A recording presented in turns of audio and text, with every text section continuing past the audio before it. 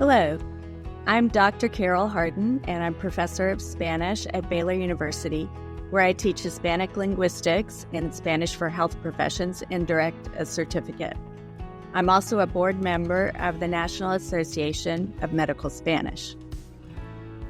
And I am Dr. Pilar Ortega. I am an emergency medicine physician and a clinician-language proficiency researcher. And I'm speaking here in my capacity as a board member and founder of the National Association of Medical Spanish. In this section, we're going to turn our attention to the concept of self-assessment of clinician language skills. We tend to get nervous when bringing up the topic of self-assessment because there is a fear that self-assessment is going to get misused. The issue is precisely that self-assessment already does get misused in clinical practice every day, and we need to talk about it so that we can use it appropriately. Currently, many healthcare institutions, many clinics, many hospitals, many education programs as well, ask clinicians or ask learners if they speak any languages besides English. This is typically presented as a binary question, meaning either you speak it or you don't. But other times, even if it is not formally requested or reported, this plays out in daily interactions in clinical spaces where a clinician may ask another clinician or a supervising physician may ask a learner, do you happen to speak this language? We have this patient. And so that question of do you speak a language and assumptions that may or may not be well-founded or may not be accurate are made about somebody's language proficiency based on very limited information is happening all the time. And in some cases, when a clinician reports speaking a language just in that binary way, they are then assumed to have the proficiency needed to use that language in patient care, and that may not be accurate. So the problem is not self-assessing. Self-assessing is something we actually do all the time in healthcare as clinicians, but rather using self-assessment incorrectly to make assumptions based on inadequate data. So Dr. Harden, Carol, I think we need to begin by talking about self-assessment in general so that we kind of understand what we're talking about here. So to help us understand what self-assessment means when it comes to language proficiency, I'd like to start by asking you, what, in your opinion, are the similarities and differences between medical and language assessment? Right. So some of the obvious similarities would be that just as medical professions don't allow self-assessment to determine qualifications for medical practice, language professions would not allow self-assessment to determine qualifications for language proficiency. So for a class, a job, a scholarship, a Fulbright. Differences might be that general language assessment is interested in both the content and the way things that are said. So when we're, as language professionals, when we're assessing someone's proficiency, we're interested in both their message and then also the way that it is said. So, for example, pronunciation. Is the individual near native sounding, or is their pronunciation distracting, or even, we're unable to comprehend it? Tone of voice, do they sound excited or angry, or do they sound natural? Word choice, is it appropriate or inappropriate for the context? Syntax and grammar, does the person make any sense?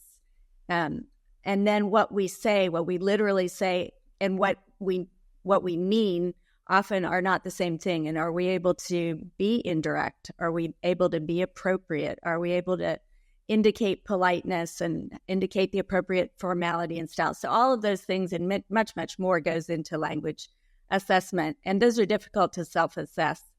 As opposed to the focus of medical language assessment, which is the functional communication in a specific medical context. And so note that professional language educators don't use self-assessment to determine student language placement. Instead, we have students take proficiency tests to determine what level of class they should take, what is appropriate for them to do, for example, professionally or for overseas for a Fulbright, for example. And then I would say there's 4 principal domains of language. I think most people know this: speaking, listening, writing, and reading. And then there's a 5th domain that often isn't really talked about, which is culture, and that's inseparable and woven throughout all the domains of language. In medical contexts, though, the focus of proficiency testing and self-assessment tends to be on speaking and listening, because those are the primary domains that are needed in medical contexts. Yeah, and I want to highlight one thing that you said especially, which is this functional focus. When we're talking about language self-assessment in a medical context, we're really talking about that functional use of language. So I think oftentimes we care a little bit less about things like making a small grammar mistake, as long as it doesn't change the meaning of the thing that you were saying to a patient, right? I think the tricky part is knowing when it changes the meaning or not.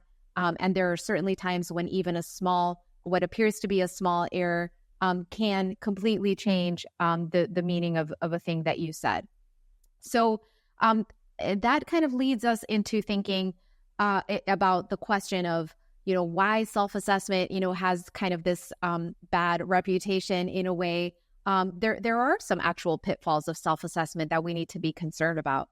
So Carol, can you tell us a little bit about, from your perspective, maybe some examples of groups who tend to poorly self-assess, and kind of what are some of those common reasons why self-assessment may not be accurate?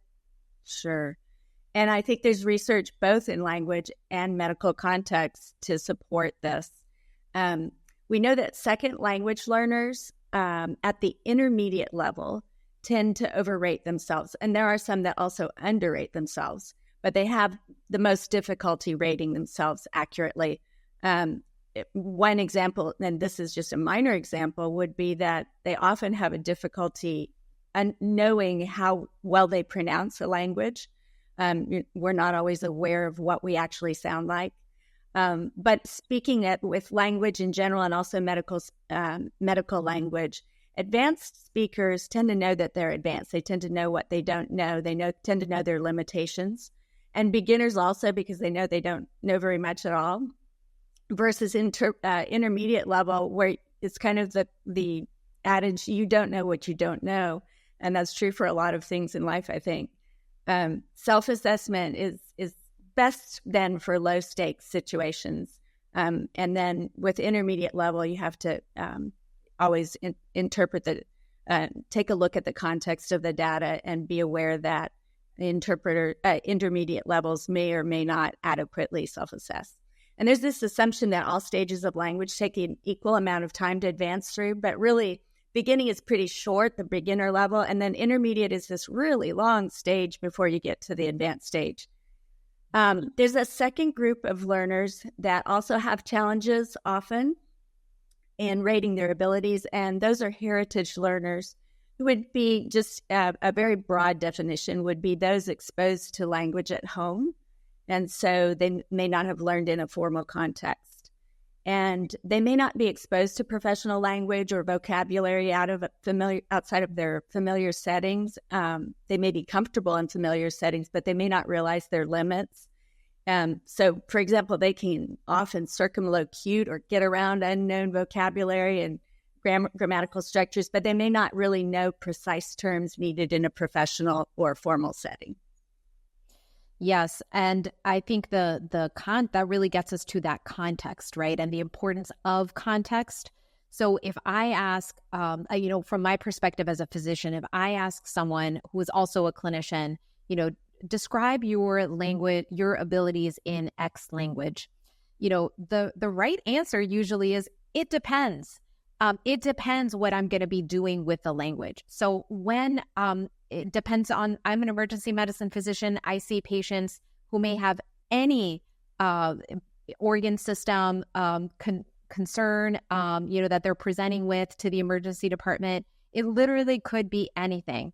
And so is there a difference between somebody's language proficiency depending on whether the patient is coming in with knee pain versus a mental health concern, for example? Is there a difference if you have multiple family members in the room as opposed to just speaking with the patient? And particularly when you consider that the multiple family members might have different levels of language preference within a particular language, or maybe even different language preferences. When it's a traumatic incident, for example, and there's a lot of emotional issues happening at the same time, that all of these things kind of add to the complexity of the conversation. So the answer as to what your language proficiency is as a physician really may depend on that precise context of each interaction that you may be having. And so it speaks to the fact that asking a single question about self-assessment, it can be helpful, but it can also be flawed, because even if I can tell you that in general, my language proficiency is such and such, for a particular language, that may change if I encounter a situation that is particularly medically complex, and I may need help in that particular situation. Right. And I think another issue is the importance of appropriateness, because it's hard for a speaker to know how appropriate they are. For example, I might make a mistake with a verb conjugation, and the patient is likely to forgive me. But pragmatic or appropriateness, things to do with formality and style, and whether or not I show rapport or try to establish rapport, these things can actually cause offense and cause a patient to not return.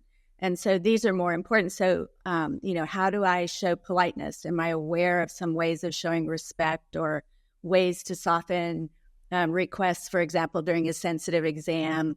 Am I aware of appropriate ways to frame questions and try to be indirect or direct, depending on what my goal is?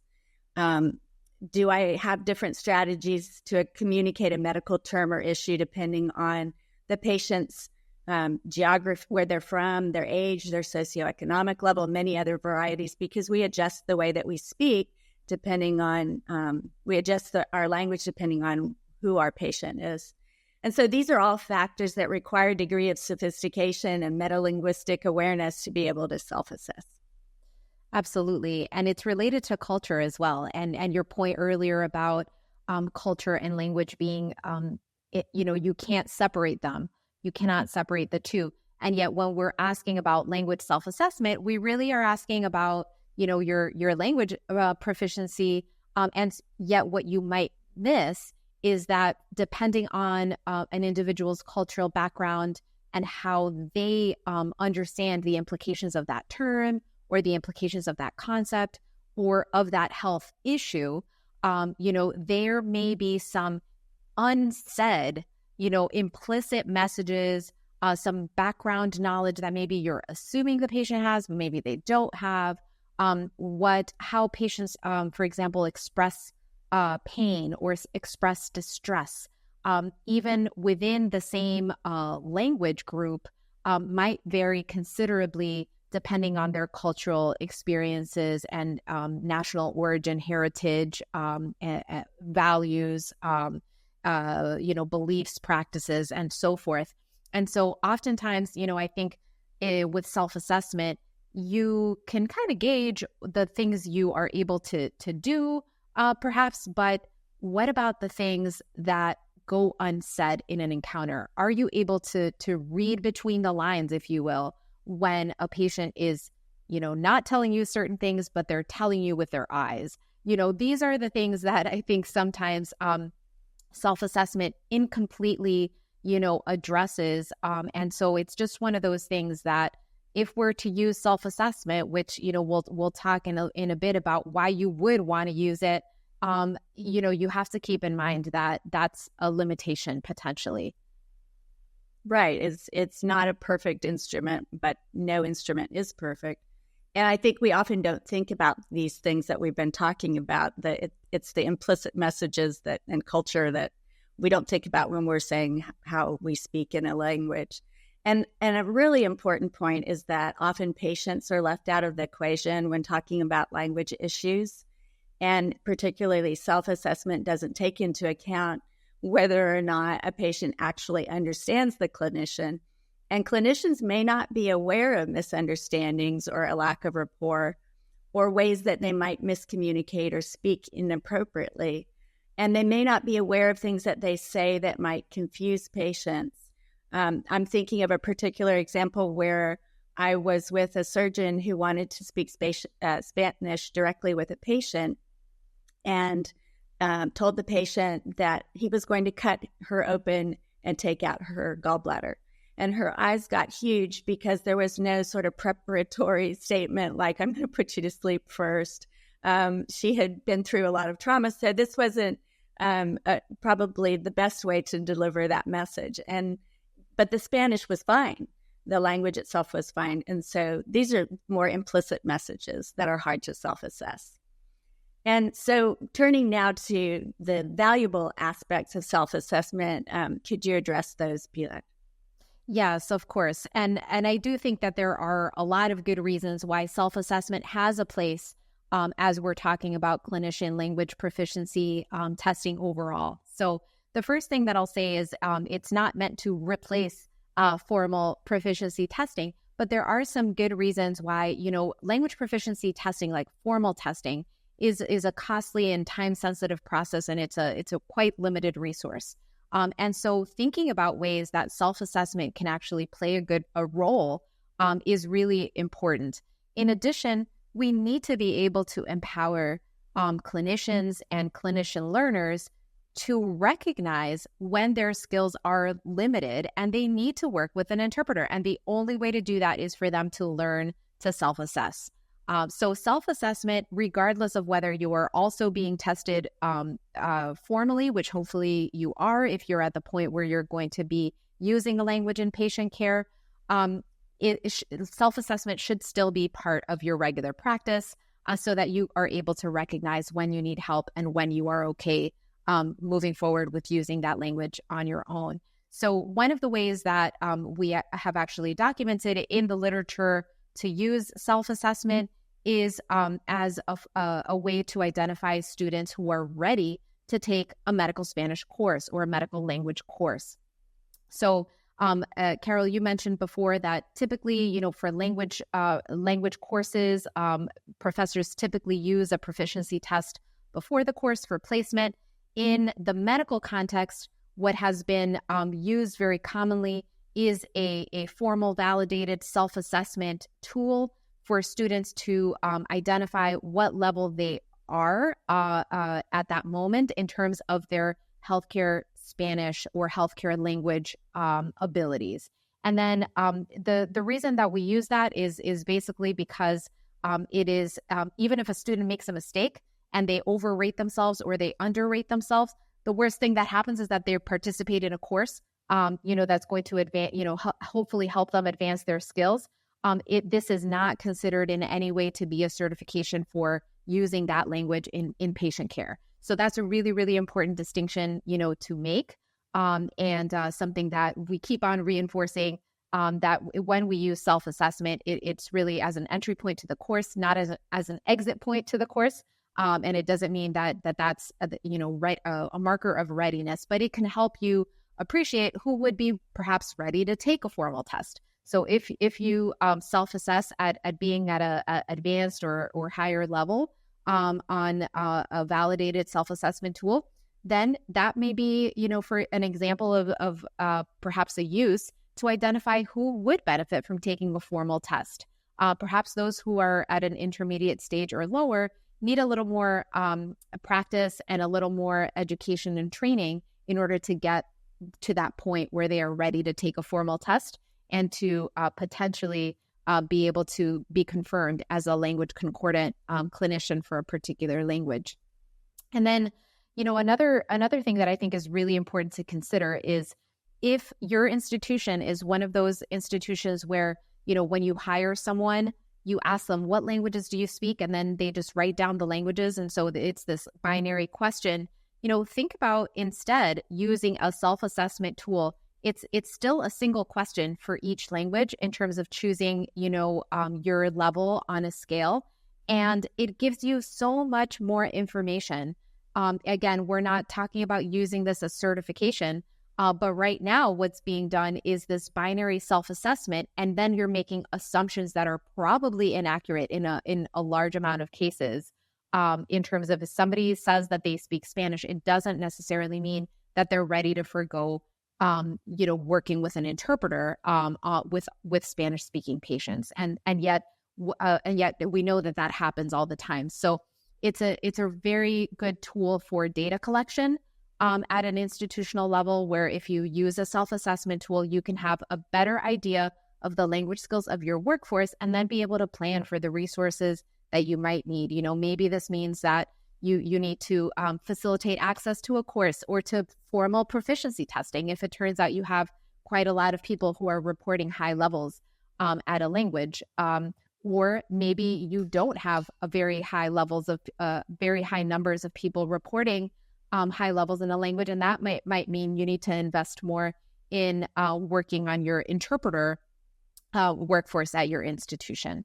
And then finally, I think self-assessment is really important to not just kind of put it out there and not tell people how to use it. So when you have your self-assessment tool, let's say that you decide you're going to apply in a certain context at your institution or your place of work, great. But don't just put it out there without telling people how to do it or what it's going to be used for. I think there are strategies that you could use to enhance people's ability to actually use a self-assessment tool to recognize when they're ready, or when, for example, taking a formal test versus when they're ready to work when they need to work with a medical interpreter for the best care for the patient in front of them. So you can actually guide people through learning how to self-assess accurately, just help them to understand how you're going to use that information. And I think that goes a really long way to people understanding the value of self-assessment. And I think there'll be likely your clinicians who are multilingual will feel pretty great. I think in my personal experience, it feels great to be for those skills that you have that you're eager to use with patients oftentimes, or to enhance them so that you can use with patients, for those skills to be valued and recognized by your institution, and the fact that they're interested in what your level is and how they can help you, do what you are hoping to do with language to take the best care possible of patients. I think that's a really great feeling to be recognized in that way. So we've talked a bit now about both the limitations of language self-assessment as well as the potential value of language self-assessment. So I know people are probably wondering, okay, so what are the tools I could use for self-assessment of language skills in a clinical setting? Carol, can you share some of those with us? Right, and that's a great question. So for general language proficiency, there are 3 major organizations that provide descriptors of what an individual can do with language. These are often called can-do statements. And the first is the Interagency Language Roundtable, ILR, that's intended for government personnel, and we'll be providing some resources with these websites.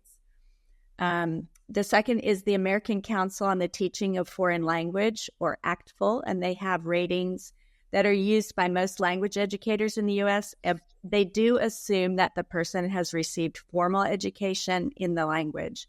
And they describe what a person can do with language in the 4 areas of speaking, listening, reading, and writing. And then the Common European Framework of Reference for Language, or CEFR, is also used throughout Europe and even here in the States, although it corresponds to both ACTFL and ILR ratings.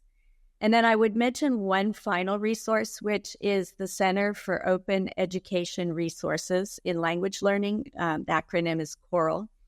It's housed at the University of Texas at Austin, and it includes a website with a wealth of information about language, including training on how to rate someone's proficiency level in Spanish, if that's your language of interest. Yeah, these are great resources, Carol. And one more that I would add is an offshoot of the Interagency Language Roundtable, called the Interagency Language Roundtable for Healthcare, or ILRH for short.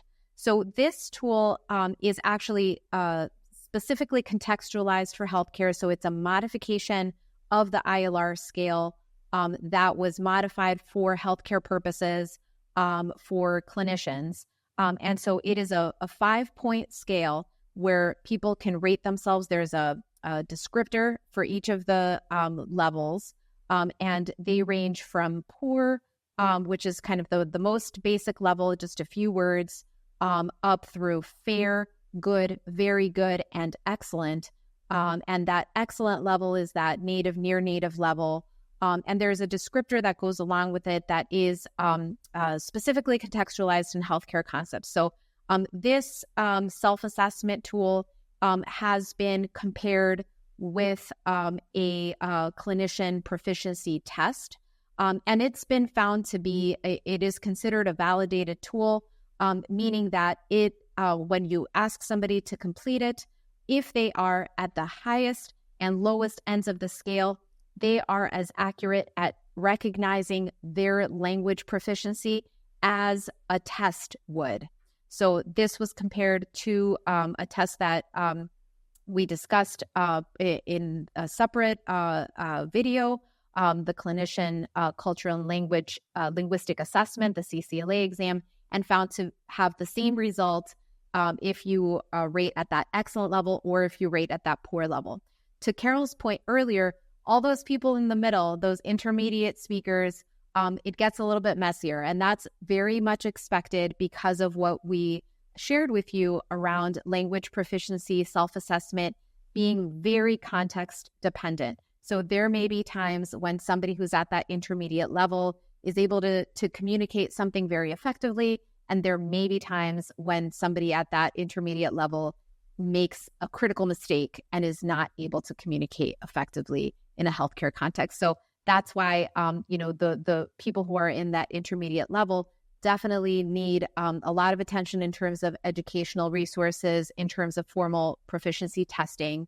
But there's probably no point in testing somebody who's at that poor level, because they're just not going to be quite ready. Although, like we've said, I think several times, we really value that motivation to take care of the population. And there are a lot of things that we can do to advance skills. And there's a lot of things we can do to give that cultural knowledge base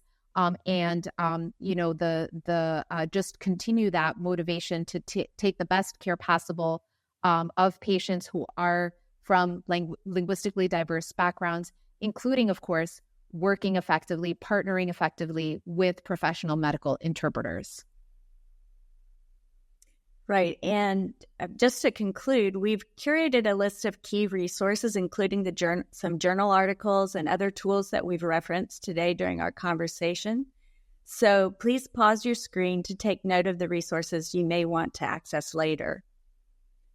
You'll see here a list of websites for general language proficiency assessment that I mentioned previously, as well as important references on appropriate clinical Spanish proficiency and self-assessment. Great. And now I'll just conclude with some of our final recommendations for you. So the first thing is to recognize that self-assessment of language proficiency has limitations and should not replace formal proficiency testing. Yet, clinician language self-assessment is an important aspect of professionalism. Clinicians have to be able to recognize when their language limits have been reached and should also be empowered to use language appropriately with patients. And that includes both language concordant care and interpreter-mediated care as appropriate. And then finally, language self-assessment is a skill that can be improved through education, transparent communication about why you're asking about language skills of your clinician workforce, providing feedback